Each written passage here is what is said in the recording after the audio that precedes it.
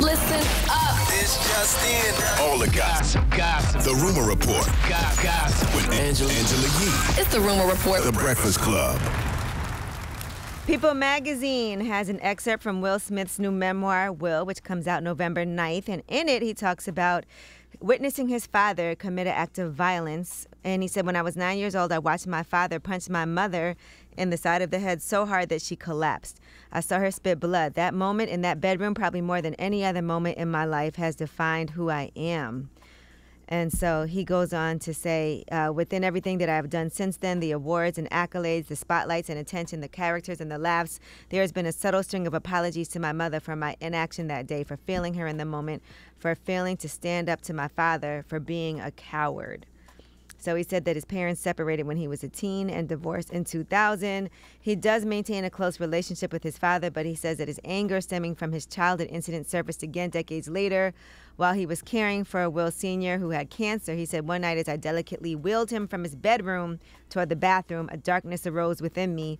The path between the two rooms goes past the top of the stairs. As a child, I'd always told myself that I would one day avenge my mother, that when I was big enough, when I was strong enough, when I was no longer a coward, I would slay him. And he actually entertained the thought of killing his father. He said, I paused at the top of the stairs. I could shove him down and easily get away with it.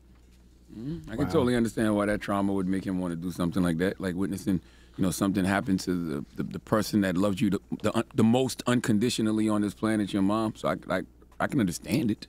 Now, another thing he talks about in his book, here's another excerpt. He talks about being married, and in the first few months of his marriage with a brand new baby, and for his wife, Cherie, he said, I can imagine this experience was unsettling. And he fell in love with his co-star, Stockard Channing, during filming for 6 Degrees of Separation, he said. His marriage was off to a rocky start. He said, after filming on the movie Wrapped, I found myself desperately yearning to see and speak to Stockard. So he talks about that experience actually caused him to quit method acting. His character was in love with her character, and he actually fell in love with her. Wow. That is some method acting right there. And a great excuse. An amazing excuse if ever you fall short. All right, now Lauren London is serving as a guest host on Red Table Talk. And one thing that she is talking about is some of her issues she's had with setting boundaries. Here's what she said.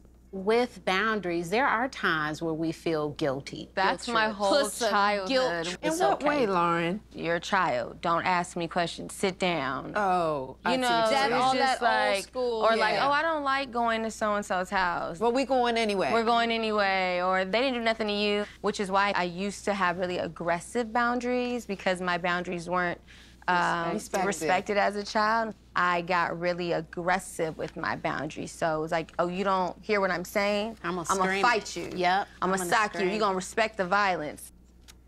All right, so like I said, she's been filling in while Willow Smith hits the road to perform on tour. Lauren London is the third host. I respect it. I don't understand why people take your no personally.